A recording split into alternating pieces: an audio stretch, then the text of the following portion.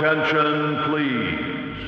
Guys, it is a very special episode on the podcast. We have our very first guest joining us this evening. He's got the stories, he's got the opinions, but most importantly, he has the confessions. Please welcome Sean Ryder. Hey, aloha. What's going on? How are you? Doing good. How are you doing, Sean? I'm doing fantastic, Griffin. Thank you so much. It's a pleasure to be here. I can't believe I'm your first guest. That is amazing. Well, I'm so thankful and excited to have you on the show. We have a lot of things to cover, a lot of great topics, a lot of good questions. I can't wait to hear your confessions and stories. All right. We're going to start right on the top. I want to tell you how I found you, first of all. So I came across your video about I think it's called like former Disney cast member rants or something like that. And that was like a month ago. And whenever I watched it, it only had, I think, like just a couple thousand views. But I actually followed up on it yesterday. It has 107,000 views. I mean, that's incredible. That is so cool. Yeah, I seriously can't believe that video took off the way it did. I wasn't anticipating that at all. I literally just hit record. I was down in my basement. We had wrapped up our Disneyland vacation from over the summer. And this was the second video that I had kind of done something similar. And the first one, I think maybe got like 1,000 views, which for me at the time was like crazy. Like that was one of my higher viewed videos. And I just had some things I wanted to get off my chest after our trip to Disneyland and some of the things I wanted to vent about. So I literally, when I filmed that video, it was early in the morning. I think I woke up at like 5 a.m. I hit record on the video and I just kind of like spilled my guts. There was like no production value to it, hardly whatsoever. And it just kind of sat there, like most of my YouTube videos up till then, they just kind of sat there, maybe would, hit like 100 views or something. And then, next thing I know, it hit 1,000. And then I woke up one morning and it had a couple thousand views. And I'm like, what is going on? And then you start tracking it and then you see it. It's like, oh my gosh, there's 600 people an hour watching this video. And then it just kept going and going.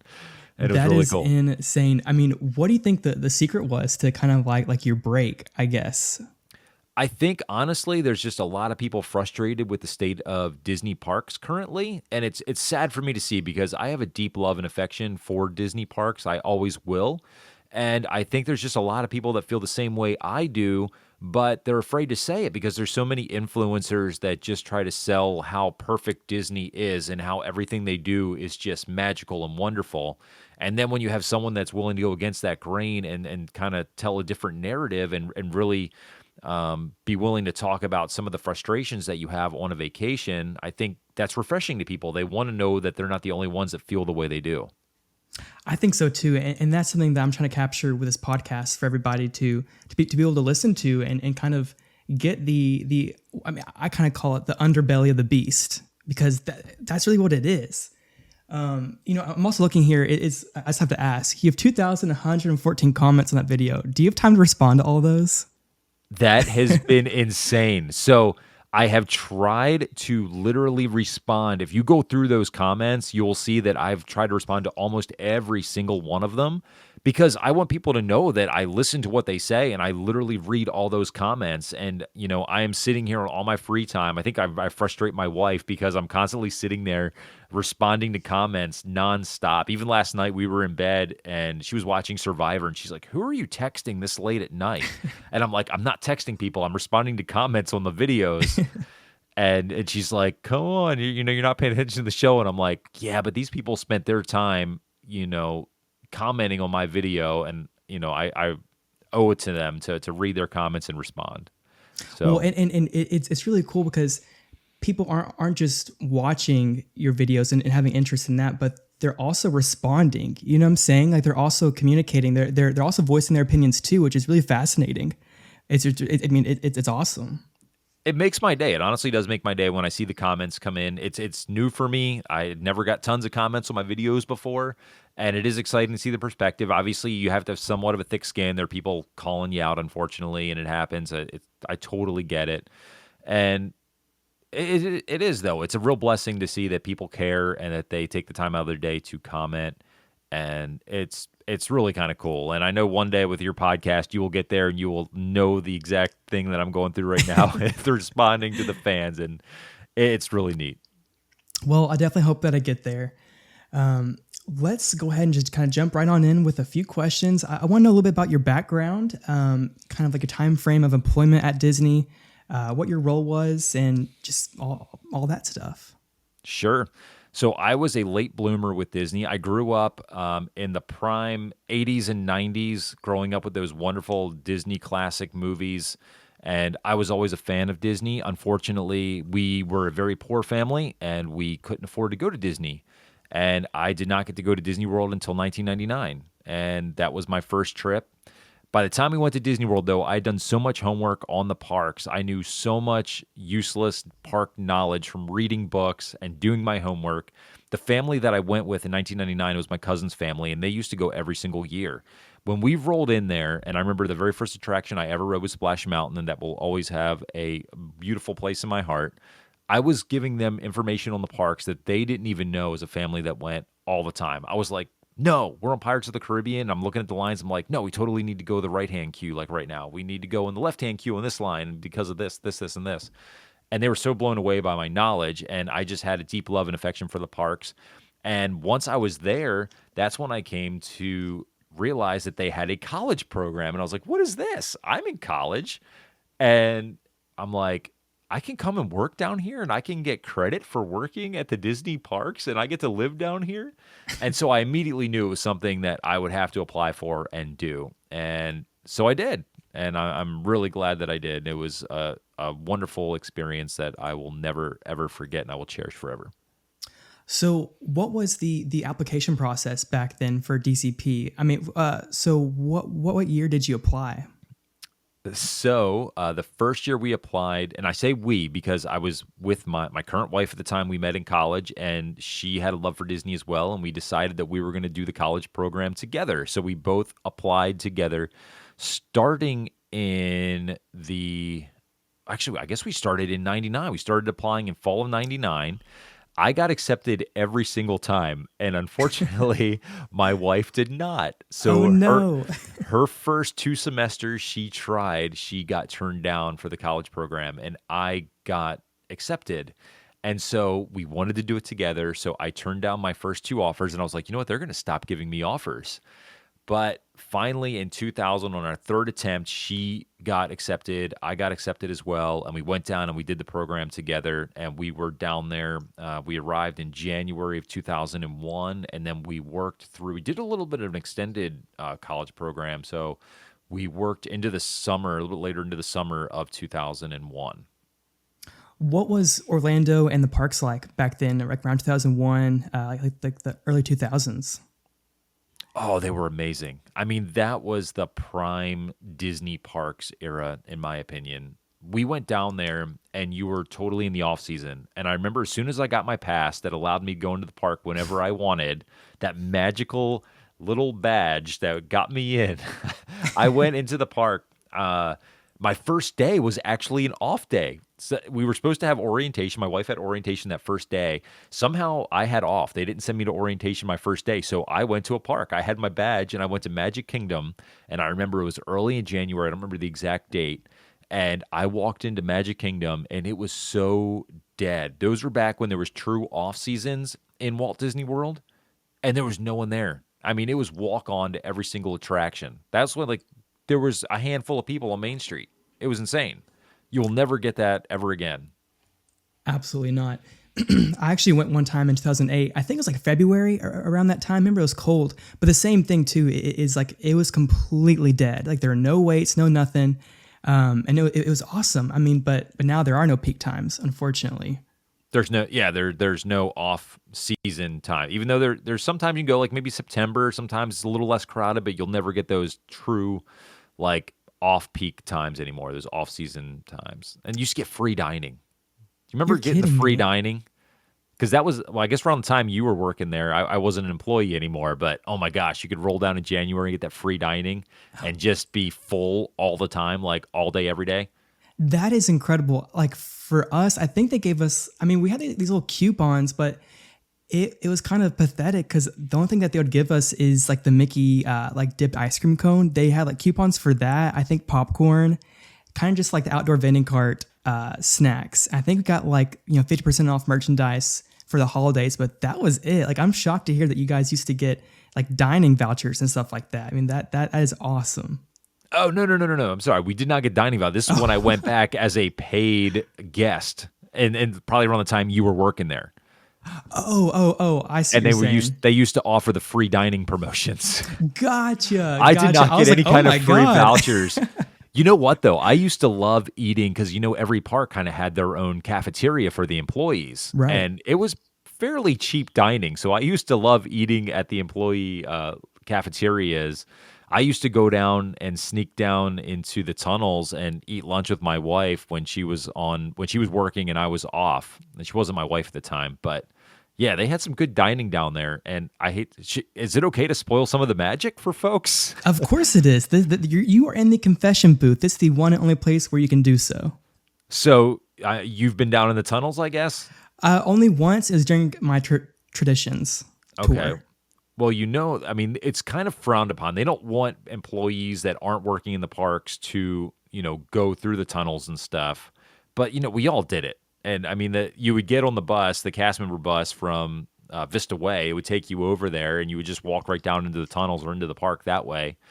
And yeah, they had some amazing, they had that cast member restaurant down there, but it would really take you out of the magic when you would see like Tweedledee and Tweedledum rolling around with their heads off, and you would see like the princesses like chilling, chewing gum, having a break. And yeah, sorry kids, it's not all magic down in the tunnels, and you definitely see folks walking around half in costume and tired from their day, and it's a blast. At Animal Kingdom, I think I mentioned this on my first episode, but the Starbucks location in Animal Kingdom, directly behind the building is the entertainment like kind of dressing room. Mm-hmm. And so we would have Pocahontas come in and out to go to her meet and greets, as well as the little raccoon. You know what I'm talking about? Yeah. Miko, there we go. And come on, man. Listen, I'm not very good with my characters sometimes, but the Pocahontas, like some of them were super nice backstage, and some of them were just so snooty. Like they would not like talk to you, they would not turn to you. They would just be in one direction only, and go right back to that dressing room. And it was kind of crazy just how kind of full of themselves they can be. Not all of them, of course. Like we had one really, really good one who was super sweet and actually would sit with us during our breaks. But most of them, not the same. Sure, I totally understand. So one of the fairly well-known secrets, and it's complete. Like I think it's like people think it's a myth. When we were there, it was very well known that one of the Cinderellas was moonlighting as an exotic dancer. I mean, you gotta do what you gotta do. That is totally a real story. That is a completely true story. The cast members knew it. There were cast members that knew she was Cinderella and were totally looking her up outside of work. I was not one of them because I didn't have a car, so I couldn't get to those kind of places. And plus, I was with my future wife at the time, so I wouldn't have got away with it. But totally, that's a thing, folks. I don't know if that would go down today, but back in 2001, it was a thing. Well, I'm sure nowadays, people have like OnlyFans and stuff like that, so they don't have to go anywhere to do it. They can just do it right from Vista Way or wherever their housing is nowadays. Can you imagine? And Vista Way isn't even there. It's an apartment complex that on our last vacation, we snuck in that apartment complex because my wife and I were in the same building at Vista Way, and that was just total coincidence. And we managed to get through the security of the apartment complex, and we were driving around reminiscing, and I was like, oh my gosh, I can't believe this is not, employee housing anymore. It's crazy because I know that they built that Flamingo Crossings over there kind of like the west part of town. I mean, that thing is massive. It's huge. Yeah, I've heard stories about it. When our semester, we were the very first semester that what was the other one? It wasn't Vista Way. I can't remember. I can't think of the name of it right now. It'll probably come to me later on. But yeah, it was the first semester that they were living over there, over by the Walmart. That's Super Walmart. Mm-hmm. If you know what I'm talking about. Yes, I do. What was the housing like in Vista Way? It was cool. I mean, It really depended on your your roommates. I had some great roommates. We all got along. We had a great time together. I kept in touch with them for a long time. Sadly, I don't really talk to them anymore. We are still in contact with one of my wife's roommates, but it was a great time. So you did pack 6 people in a 3-bedroom apartment, and you shared one kitchen and a couple bathrooms, and it was tight. And you know what? It was your typical college experience. There was 2 types of rooms when I was there. You had your wellness rooms, and then you had your party rooms. I was in a wellness room, and I chose the wellness room because I wanted to be able to sleep at night. I didn't have to worry about my coworkers or my roommates throwing wild parties while I was trying to sleep. And yeah, it was cool. I mean, even in the wellness room, you could go to other people's parties, so you had the best of both worlds. You would kind of know where the parties were at night. It was basically like a college dorm.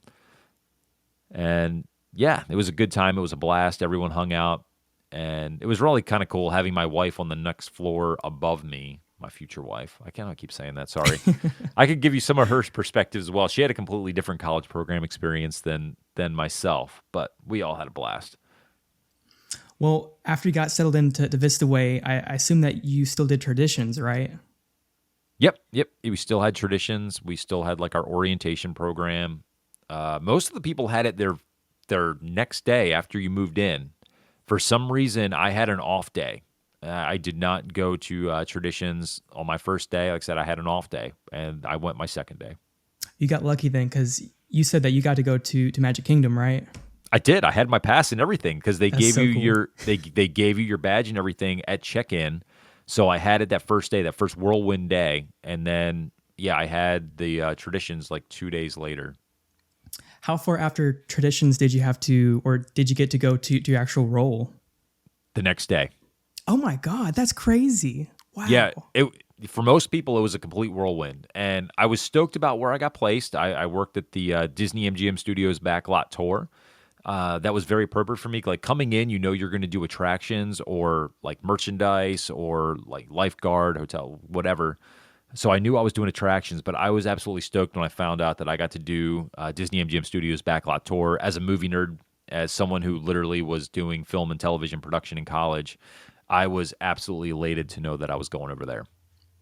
What was the training like for your role? That was the hard part.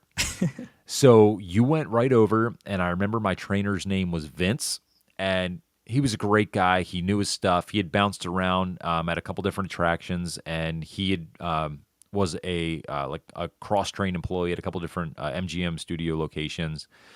But day one, they come in, they hand you the spiel. We used to call it the spiel, which is basically your large, like 30-page script that you have to memorize verbatim, word for word. There's no string from the spiel.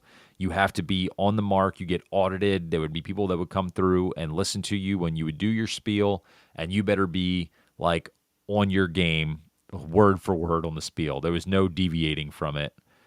And they basically told you, like, hey, you've got a couple days to learn this. You couldn't take it home with you because they didn't want it falling into the wrong hands.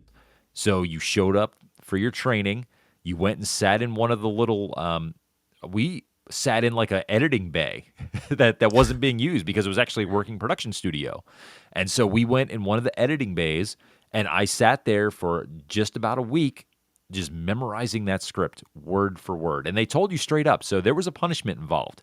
If you could not get the script, you were getting hauled off to the Honey, I Shrunk the Kids playground. That is where you got sent if you had any sort of disciplinary issues or you cannot memorize the script. That's where you were headed. Oh my God. I actually remember one of your videos, you mentioned something about like the diapers or something like that. I imagine something in the playground and going down the slide, maybe. That's what I was envisioning at least.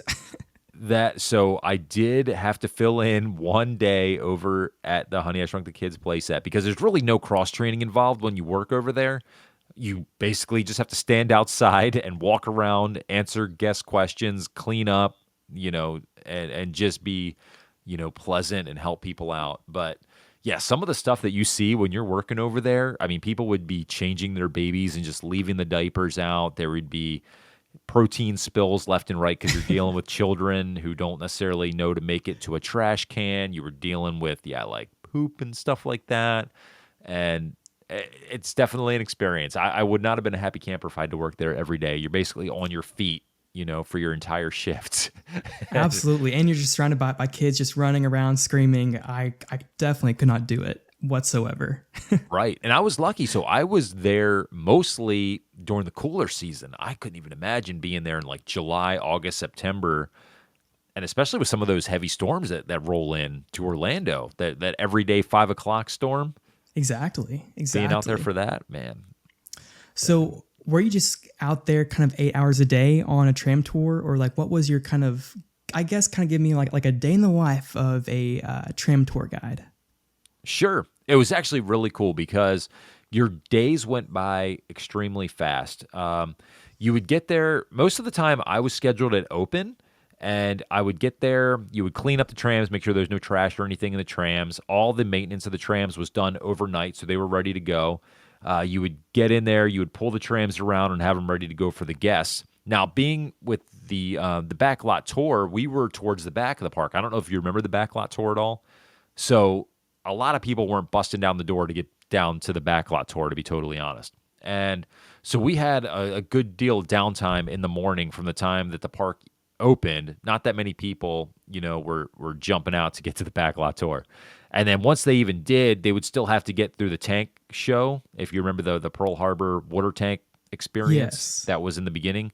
So that would even take, a good 10 minutes, 10, 15 minutes before they even got to our area, which was the trams. And if you didn't know this, so the trams and the tank show, completely separate teams. Occasionally you'd have to fill in for, the tank show. But because that was very specific with the technology and everything that they had and the specific show and the spiels that they had, we only would have to fill in for them if it was like queue line stuff, if like we had to do like counts or something for them for the show. But for the most part, we did not sit with that team. They had their own separate break area and everything.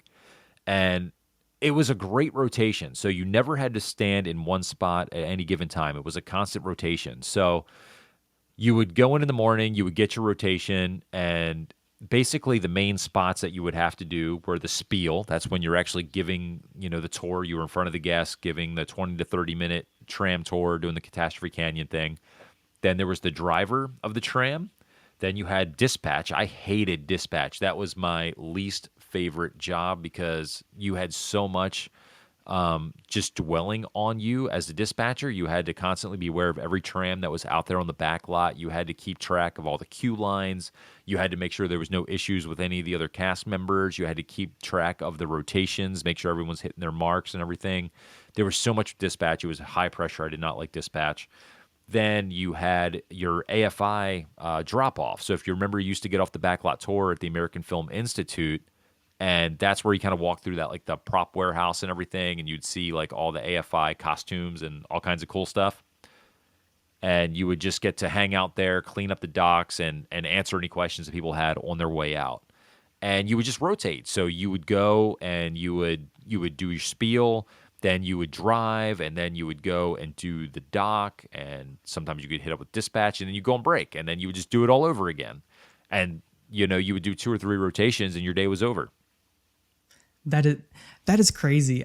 I did not know that you guys kind of like rotated through your positions like that. I kind of figured that you're on the tram all day, 8 hours a day, just nonstop. No. So it's good to hear that you guys had some rotation going on. No, the days went by so quick because you were constantly doing that rotation, and you were never in a spot usually longer than like 30 minutes. And then your breaks would get worked into your rotation, and you were done. So I always had some crazy guests come through Starbucks every once in a while. Did you have any crazy guests or any kind of crazy stories? Like, did anyone ever hop out of a tram before? Never had anyone hop out of a tram. We had someone almost hop out of a tram when they lost their camera over the side. That was on one of my spiels, and I could tell, you could see all the guests because you were sitting down. You could see all the guests along the tram, and unfortunately, people do lose their cameras. And at the time, cell phones weren't that big of a thing back in 2001. I mean, most people sort of had little flip phones, but you weren't taking photos and stuff like you are now. But at the time, like digital cameras were still kind of on the newer end of things. And yeah, someone dropped a digital camera off of the side. It was over by Residential Street. And their first instinct was to jump out of the tram. And I saw the person get up. I saw what happened. And I immediately had to, get the tram to stop and basically instruct the person, because we were doing a live spiel, like, hey, do not jump out. This is a live vehicle. We're not on any kind of track. You do not want to get run over by this like several ton vehicle with lots of wheels, believe me. And there would be teams of people that would go out and they would pick up things that were dropped over the side, and those would go to the lost and found. And most of the time, everything was fine because, the tram was never really moving that fast. And if you dropped something over, it wasn't going under the tires. So, yeah, that was the only crazy experience. What was your leadership like? Like, would leaders ever sit on your tram and kind of like watch you give your spiel? Early on, yeah. When you were still learning your spiel, absolutely. There would be the trainers that would hop on and your management would hop on, because you did not go out in front of guests until they were confident that you had the spiel down pat and that you could drive the tram and that you were on your marks with everything. Because when you were either driving or you were doing the spiel, those were like two intense rotations, because you would constantly be audited and you would find out, like you would know that you got audited, and they would break down like how many times you came off the script or whatever. And when you were driving, you had to hit very specific marks with a tram, or the Catastrophe Canyon show didn't go off properly. And that was a very specific mark you had to hit going into Catastrophe Canyon. And I would say at least once a day, someone would miss their mark. And basically what would happen, the shaker tables wouldn't go off, so you wouldn't get the full effect of the tram shaking around and everything. You'd basically just be sitting there sedentary, just watching the effects. And it's really kind of hard because you were acting. When you're doing your spiel, you're trying to sell these people that, they were on a working production set. We weren't supposed to be there, and all this stuff was blowing up and exploding. And then if your driver didn't hit the mark, you knew they didn't hit the mark, and then you're sitting there acting like, oh my gosh, folks, look at these effects. Oh no, this isn't supposed to be happening. And just meanwhile, you're just sitting there perfectly still, and everyone knows that there's something wrong. That is crazy. So I actually do technical theater now. That's what I went to school for, is lighting. And I want to ask you like some of the technical stuff of Catastrophe Canyon. And one of them is how is the scene triggered? And so is it just by the tram? Like I kind of figured it'd be some kind of remote or some kind of button, or maybe even someone who is at the Catastrophe Canyon kind of just triggering that scene to happen every time. I don't remember any kind of trigger that we set off as like drivers or anything. So there had to be some sort of sensors that went off. But I know when you came in, there were specific sensors on the ground that you had to roll over to set off the shaker tables and make those get enabled. So yeah, I don't know what the technology was behind the actual sensors for it to go off. I apologize. Oh, no, you're totally fine. So did the trams ever break down, or did y'all experience technical difficulties ever? Yes, they do break down. There's a whole maintenance staff devoted just to those trams, at least when I worked there. I mean, obviously the attraction's not there anymore. I don't know how it changed up after I left. But yes, there was a whole maintenance staff that was kind of dedicated to maintaining those trams and making sure they were operating properly. Most of the time, the issues that we had weren't with the trams themselves. It would be with Catastrophe Canyon going down. And that did happen, unfortunately. And sometimes you would get stuck out on the tour if one of the trams did go down, or if Catastrophe Canyon was down and for whatever reason you couldn't take the guests through there because it wasn't safe, or if there was something that was impeding the actual tour, like the track or whatever. Not the track, but, our... oh man, I'm flubbing. Sorry, the actual like tour area where we're supposed to be going through the streets or whatnot. Sometimes they would get obstructed because we were on a back lot, and so there would be trucks and things and production vehicles that would be going through there. And sometimes they would need to get a tractor trailer or something, and the trams would have to stop. And we had a little behind the scenes knowledge. We would have about 5 minutes of filler material.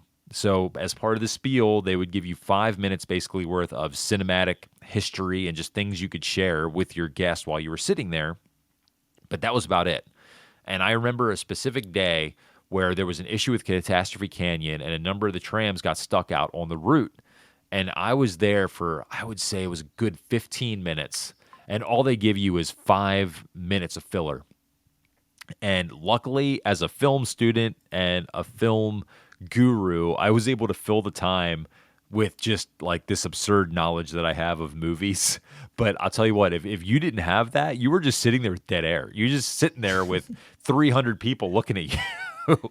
It's so awkward. I And cannot imagine. It made so much pressure too. yeah, and you have zero communication with your driver. So the driver will know what's going on, but we didn't have direct lines of communication with the driver at the time. So if the driver had to get in touch with you, like they would have to like open the window and then like let you know something was going on. That just didn't happen. So when the tram stopped, you wouldn't know how long you're sitting there. You didn't know what was going on. All you knew is that you had to start improvising. You couldn't continue on with your spiel because then it wasn't going to be timed with where you were at, on Residential Street or, over in like the costuming area or whatever. And so, yeah, you just had to start rolling with your additional spiel knowledge. So you started the tram tours in a really interesting time. So it seems like the studio work kind of slowed down in the early 2000s. What would you see back then on the backlot? There were still some production work. They were still doing some work on Sheena, Queen of the Jungle when I was there. They had just wrapped up some of the Mortal Kombat show after I got there in 2001. So there were still like some of those like set pieces and stuff back there. But then when I was there, and this was one of the things that I really enjoyed, and I'm not sure they would offer this anymore, but they knew that I was in television and film production. So I actually got to work as a PA on a lot of the productions that came through that were filming at MGM Studios at the time. So a couple of the things that were filming there when I was there, we had a Aaron Carter, Samantha Mumba concert. I think that was her name. That was a big thing that took place on Residential Street because Aaron Carter was like the huge hit back then, and he sang, was like "I Like Candy" or something. Oh yes. So I worked that. Good Morning America came through. The Rosie O'Donnell show came through. Regis Philbin came through when they opened the Who Wants to Be a Millionaire attraction when I was there, and they actually filmed on the back lot. So I got to meet Regis Philbin. That was really cool. Yeah, so those were some of the main things that came through in my couple months that I was working there. Did you see any other celebrities by chance? Does Michael Eisner count? Wow, that is so cool. Michael Eisner? I mean, Michael Eisner, I drove for him. No way. I would have felt so intimidated. Yeah, so I remember that day. They give you a heads up when there's any kind of celebrities or anything that are going to be coming through, because most of the times they're with the plaid vests, and they'll let you know ahead of time that like, hey, we have some sort of influential person coming through the attraction, just so you kind of get ready. Like I said, we didn't have that many celebrities come through per se, but the one day Mr. Eisner was in the park and he came through. They kind of let us know that he would possibly be coming through the back lot. And so we sort of prepared for that because we wanted one of our best spiel people on to do the actual tour. So that threw things off a little bit because we wanted to make sure that particular person was on the spiel and was actually giving the tour. But with the way the rotation worked out, I was driving. So I drove the tram. And I tell you what, like I was sweating because if you ever miss your mark, you do not want to miss your mark when Michael Eisner is on your tour. And I was sitting there going through Cat Canyon. I'm like, oh my gosh, I got to hit this mark. And I was sweating, man. And you kind of get to relax a little bit. After you hit your mark at Catastrophe Canyon, then all you have to do is worry about hitting your speed limits through the rest of the areas for your tour guide. And it was a sigh of relief. It really was. I just kind of wonder, like, what is Michael Eisner doing on the tram tour, though, at the same time? Like, is he there just to enjoy it, you think? Or you think he's there to kind of just, like, check on things? I mean, it just makes me wonder a little bit. I really just think he was there for the FaceTime. I really do. I mean, I think it's kind of cool to see, the guy running the shots actually in the park. And, I mean, I don't know for sure. He could have been with someone else of influence. All we knew was it was Michael Eisner.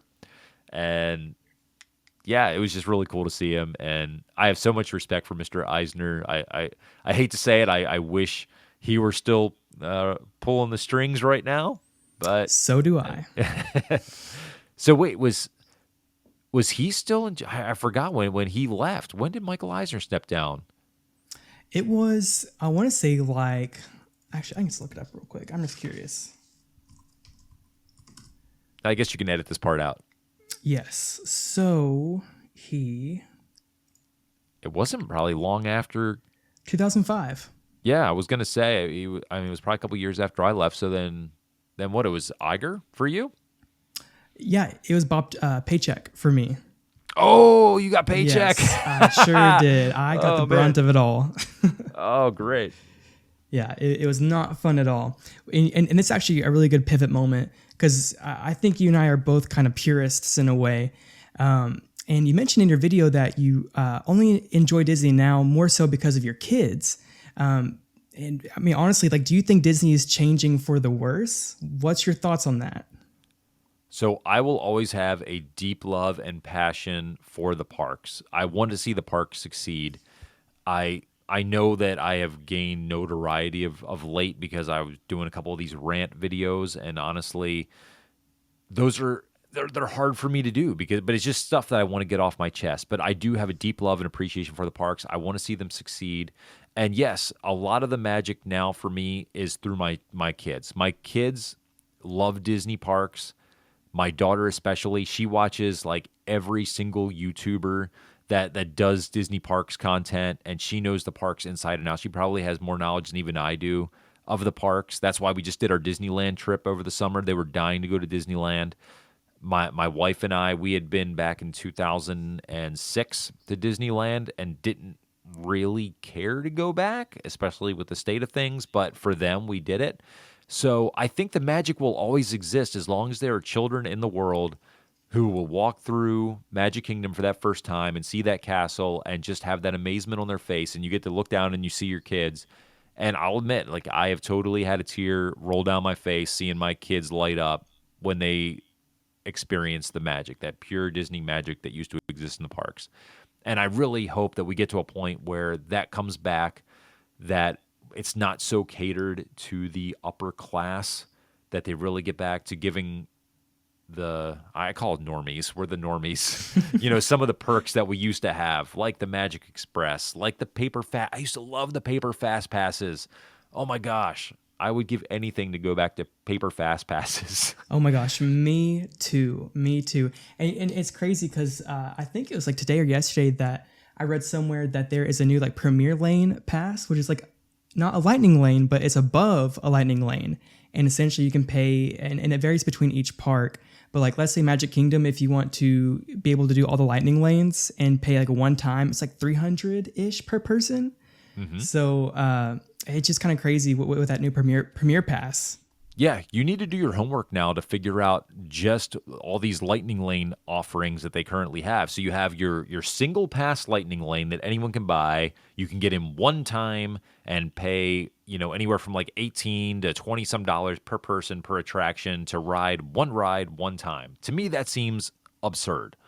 I don't have that kind of money to drop like $100 for my family of 4 to ride one ride after I already paid, a couple $100 just to get in. Then you have your multi-lightning lane experience where you could choose 3 attractions ahead of time.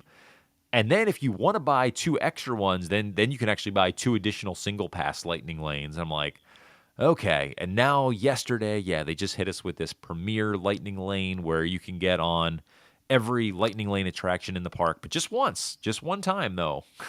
You cannot go on multiple times.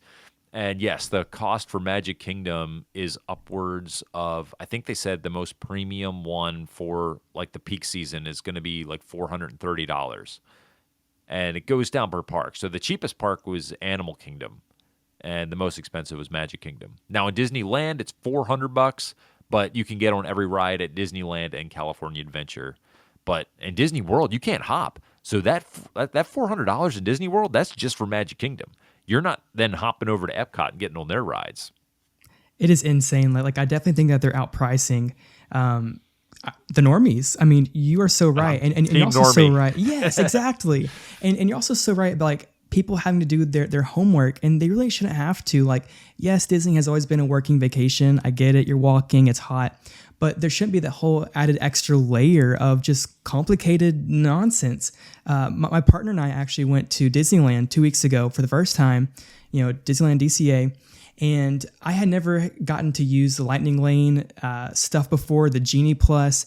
I never really understood it. And I know my stuff, but it didn't really click until I got there. And even when I got there, I would kind of just, be on the app and I would, book something and it's kind of just, okay, I think I did it. I guess I did it. It's just so confusing. Yeah, it is definitely confusing. I work in IT and I even had my frustrations with that Disneyland app, believe me.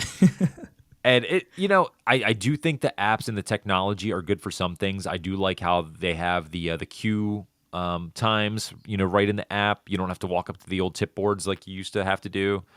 And the mobile ordering to a certain extent, I like that part of it, except for like the limited customizations that you could do through that app. But so when you were in Disneyland in California Adventure, I'm wondering if you had the same issue we had. We had the problem of attractions just going down all the time.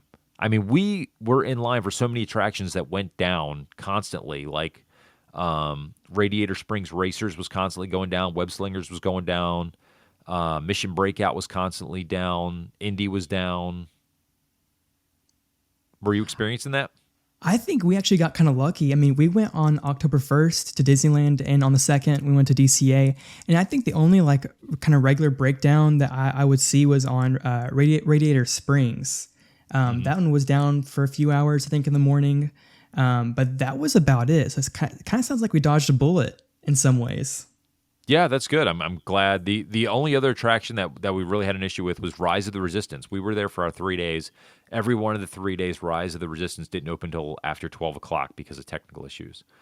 But that is crazy. That's awesome. I really, when you said if you had a good time and you didn't have those ride breakdowns, that is fantastic. Like, that makes me happy. I want people to go to Disney World and Disney parks around the world and have a magical vacation. I mean, when we were cast members, that was our main goal, right? All they told us and hounded on us was like, do whatever you can do to make sure the guests have the most magical vacation possible. And that's what I wanted to do. I treated every single guest with respect, whether they were upset at something that might have happened. I would bend over backwards for my guests. And, I feel like a lot of that, unfortunately, is gone. I think there's still some truly wonderful cast members at the Disney parks. There really are. But unfortunately, I do think like the hiring standards have come down a little bit over the last couple of years. And I think some other people have echoed those sentiments as well in a lot of the message boards and social media. I definitely agree with you. It was really interesting because Disneyland, visiting there, kind of brought back that magic a little bit for me. Because, one, I'd never been there before. And second of all, I'd always go to the parks just about every other day. If I wasn't at work, I was at the parks, you know what I'm saying? So I knew it like the back of my hand, and it was really interesting just kind of experiencing that first time kind of magic, I guess you want to call it. And it was just so fascinating. It really was. And I know, Magic Kingdom, Epcot, Animal Kingdom, Hollywood Studios, like inside and out. So it was just so cool and so interesting to have that new feeling back again. But one thing I will say about the cast members, it's crazy because as you're entering the park, the cast members are also coming in and out for their shifts. Like that about broke my mind. I didn't really think it was as bad as people had said it was, but it was crazy. It was wild. People in costume were walking in and out of the front entrance, like around the bus areas. Exactly. Yeah. Yeah. You would never see that. Oh my gosh. You would get fired. I mean, you would legitimately, if you got caught in a uniform somewhere else in like a land that wasn't yours, and like if I was rolling around in my backlot tour attire and I was over by Indiana Jones Epic Stunt Spectacular or something, they would be like, what are you doing? Like, you're getting written up. Oh, 100%. 100%. I actually read on one of your comments, or someone had commented on one of your videos, and it was actually a former cast member, and they had worked there from, I think it was like 1980 something to like the mid 90s, and they had even won an award, like a Disney award, as a cast member. And they had said that Disney is dying and that the management has an agenda. Do you think there's any truth to that? Oh my gosh, you're gonna get me blacklisted from Disney World. I know. Like I just read the comment. I just read the comment. And I was like, I just have to ask him. I don't. So I don't necessarily think they have a quote unquote agenda. I think they're making a lot of poor decisions that, unfortunately, I think they're trying to use pricing as a form of crowd control. I do think the crowds were getting a little out of hand, but I don't think pricing people out is the way to necessarily deal with the situation for me. I would say like, all right, you limit the crowd capacity. I mean, in the past, they've always had the capacity, the park capacity, and they would shut off, visitors. They would say, hey, sorry, the park is closed, or, you can't enter right now. You can come back in later tonight once the capacity's down. I don't think pricing people out is the way to go, because I'm just so sad that the middle class folks, I really feel like middle class folks now are quickly getting priced out of Disney parks, and I don't even know how lower class people can afford Disney anymore, and it breaks my heart. Now, to say they have an agenda, I don't necessarily think that they have an agenda, but I do think they're trying to make everyone happy. But at the same time, in this world, unfortunately, you're at a place where if you make one person happy, you make another person mad, if you know what I mean. Absolutely. I think you're exactly right. And going back to kind of like pricing out the normies, it's just crazy because it seems like so much money's coming in and nothing's really coming out. I mean, sure, they're gonna kind of redo Animal Kingdom, transform the dinosaur attraction into Indiana Jones and a few other things, but it's just kind of crazy because whenever I was there in Disneyland, we rode Ariel's Undersea Adventure, and it was in such bad shape. So I'm just like, all this money's coming in, people paying for these lightning lanes, these new premier passes, and it's just like, where's all that money going? It doesn't make any sense. It just doesn't add up to me. Yeah, no, I completely get what you're saying. A lot of the attractions are in disrepair. I know our last trip to Disney World, we were kind of taken aback by like Dinosaur and how much that needed like some major upgrades to it. It's just pitch black too in that attraction because everything is just off. It's insane. Yeah, it's sad, the state of affairs on some of the attractions, and I know they're going to be doing some major things here in 2025 with Animal Kingdom and Magic Kingdom, and a lot of people aren't happy about it. And I definitely have my thoughts, but there's people smarter than me, and I got to realize that Disney parks are for future generations, and that's who they're trying to appeal to. If I had my wish, though, I do wish they would get back to some non-IP content. I wish they would have like some more Figments in the world. Like everybody loves Figment. Yes. And you know what? Like some of the most popular attractions aren't IP, and I just feel like everything they're coming out with today is just all IP based. I totally agree, and it's kind of I hate to use it, but hate to use the word, but it's kind of sickening, I guess, because my actual favorite attraction is the original 1982 Journey to Imagination. I think that is easily one of the best attractions to be ever, created in the entire Disney history. Second, Horizons, of course, but I totally agree with you. I think it's way too IP based because I think they're trying to kind of dangle a carrot in front of families and kids because, it's a new Moana attraction. It's a new this attraction. The kid has to go. And I think Disney is way more capable and way more smart than they currently are, if that makes sense, when creating attractions. Absolutely. I completely agree with you. I think that there are a lot of like really smart Imagineers that work at these parks, and maybe they are just hindered by upper management saying like, no, we're going to build another IP attraction. Now, I'm sure there's people somewhere that want to build the next Pirates of the Caribbean, but maybe they're just being hindered. Who knows? Who knows? Well, just up the interstate, just up I-4, Universal just announced the opening date today for Epic Universe. They did. Do you feel like they just trolled Disney? Because I think I just did a live video. I think Universal today trolled Disney with the release date of Epic Universe. Basically, they know that Disney's in a lot of hot water because of the Premier Lightning Lane drop from yesterday. Absolutely. I mean, I hate to say it, but it's just so easy for Disney to look bad right now. I mean, they're caught red-handed, and I really do think that Universal has the upper hand. I mean, they're not pricing out anyone. They're creating more attractions and more things to do. I mean, I think there is a lot of competition going on between Universal and Disney. I mean, a couple years ago, 10, 15, 20, 30 years ago, Universal was puny. It was tiny. It was one park, then just two parks.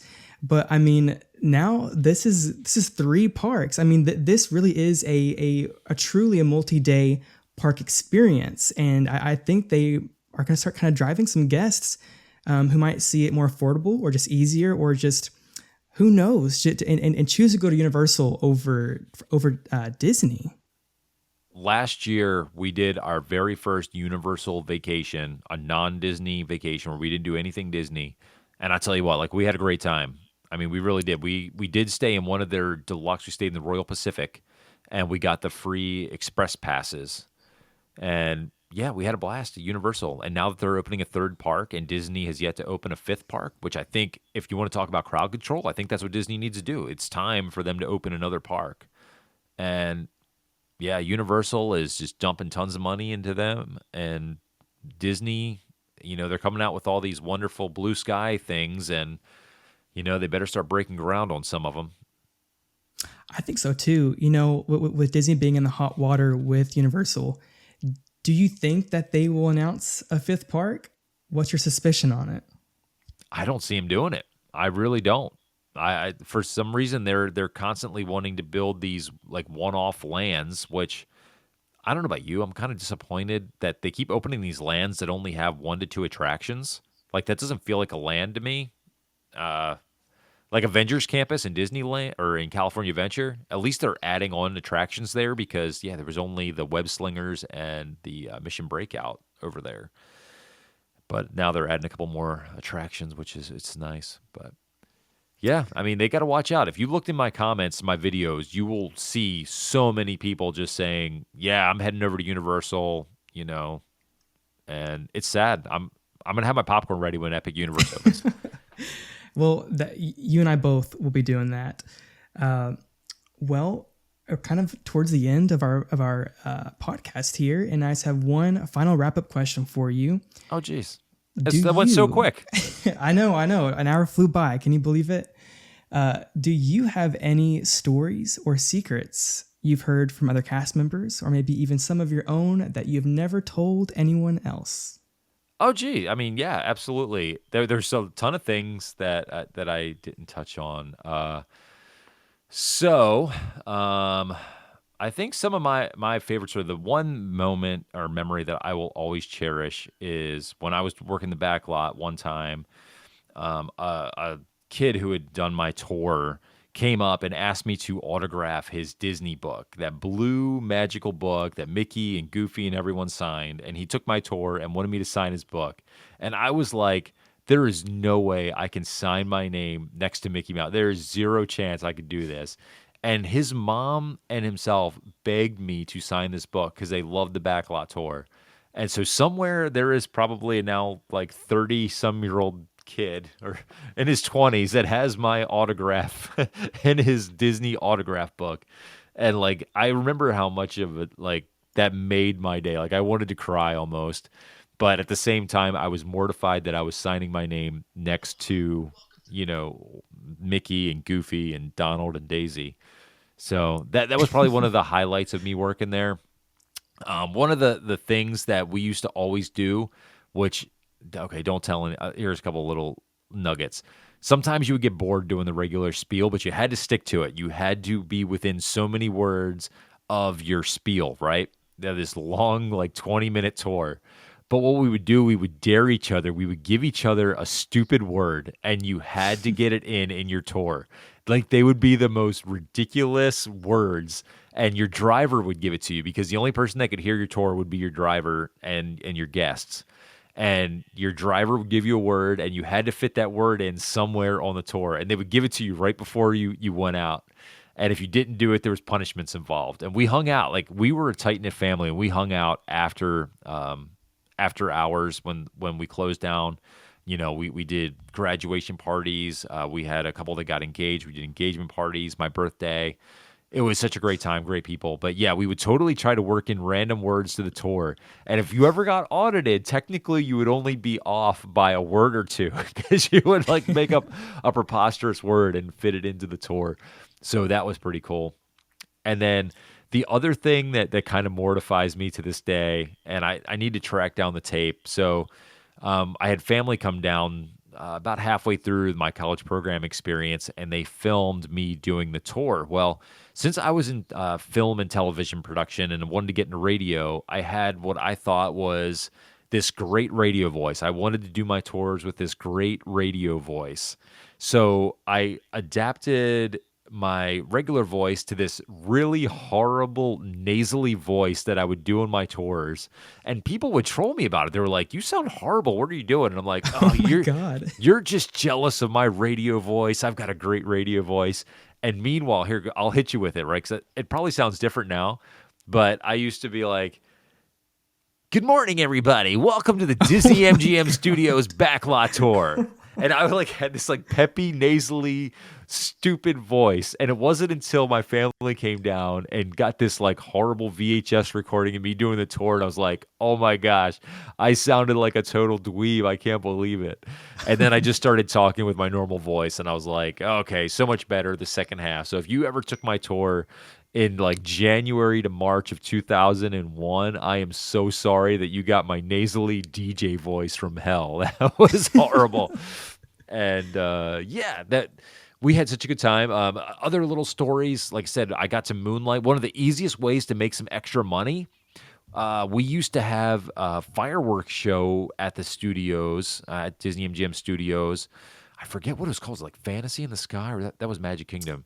I forget what it was called, but we could make extra money, and all we had to do was go and watch fireworks. We would put on a construction helmet, and they would pay us to go stand in the back lot of Disney MGM Studios and just make sure nothing caught on fire.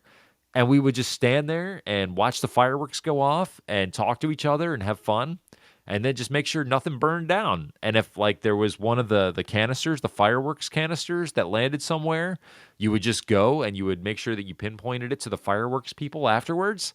And yeah, you got paid extra money to do that. So that was really kind of neat. That sounds like the most easiest but the most coolest job ever. Yeah. And then, okay, so the thing that would probably get me in the most trouble that I've told very, very few people, and I'm sure this has been locked down. I'm sure this is no longer allowed. It would no longer fly because security better be a lot better. But you used to be able to just straight up walk down in the tunnels. If you knew how to get down in the tunnels for Magic Kingdom, you could access the tunnels from so many different places.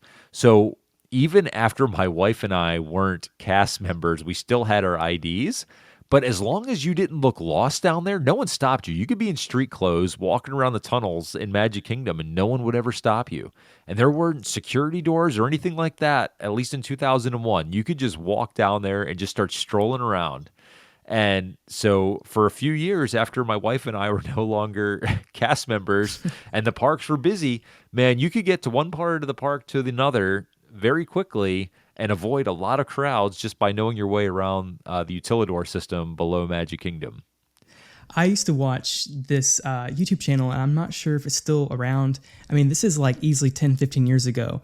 But there was this YouTuber who would post videos backstage in the Utilidors, and I want to say like it was like a high 8 video camera, like, you know, that kind of style. And he said the same thing where like as long as you look confident down there, then no one's going to stop you. No one really cares. No one's going to blink an eye, which is fascinating to me. I mean, I still have my Blue ID, so maybe I should go down there and try it next time I go to Orlando. I would hope that they put some security doors up and you'd have to at least swipe some sort of a badge to get back there, but you never used to have to. And I used to know all the access points, you know, to get down the Utilidors, and I knew the Utilidors just because I would always go down there and spend some time with my girlfriend on her breaks when I wasn't working. And yeah, it was a blast to get to walk around down there and see some of the behind the scenes magic. It was really kind of cool, and I miss it. And maybe one day, if the magic returns to the park, who knows? I'll spend my retirement years back there. Well, Sean, thank you so much for being on the show and sharing some of your wonderful stories and confessions. I'm so thankful to have you as my very first guest. Where can my listeners find you out in the interwebs? Oh my gosh, I guess you just hit me up on the In Like Flynn's channel on YouTube. That's pretty much what we're doing. And I never in a million years thought the channel would take off the way it did. I guess maybe I should have started talking about Disney way before I did. We started this random channel and it took off, and all we were doing was just posting random fun stuff. My son wanted to start the channel, and yeah, we have all kinds of weird content on there, like theme park content, movie reviews and stuff. And I guess now, unfortunately, I've been known as the Disney rant guy. So I'm scared to post anything else. I don't, It's doing so well. well, I tried. So since these videos started taking off, I've tried to post 2 videos that were relatively positive in nature, and they bombed. And I'm like, are you serious? Am I stuck now being the guy that is going to be the Disney rant guy? And I mean, you want to give your viewers what they want to see, but at the same time, like, I don't just have a straight up hatred for the parks. I still love the parks. I still, have a desire for the parks to come back to the way they were. And I don't want to see them fail. And I don't want to see the Disney company fail. But, they need to get their butts in gear. I agree with you. It's long overdue, and hopefully we'll see some positive changes in the company soon. Well, Sean, thank you so much for being on the show. You shared some really fascinating stories, especially the one about the exotic dancing Cinderella. That's one that I will never forget. For those listening, make sure to check out Sean's YouTube channel and hit that subscribe button. And that's a wrap on this episode. Thank you so much for tuning in and listening to our very first live guest episode. If you have a theme park confession you'd like to share, send it our way at themeparkconfessionpodcast@gmail.com. We'd love to feature it on the show. If you've enjoyed this episode, please share the podcast. It really helps us out. Until next time, thanks for spending part of your day with us and stepping into the confession booth.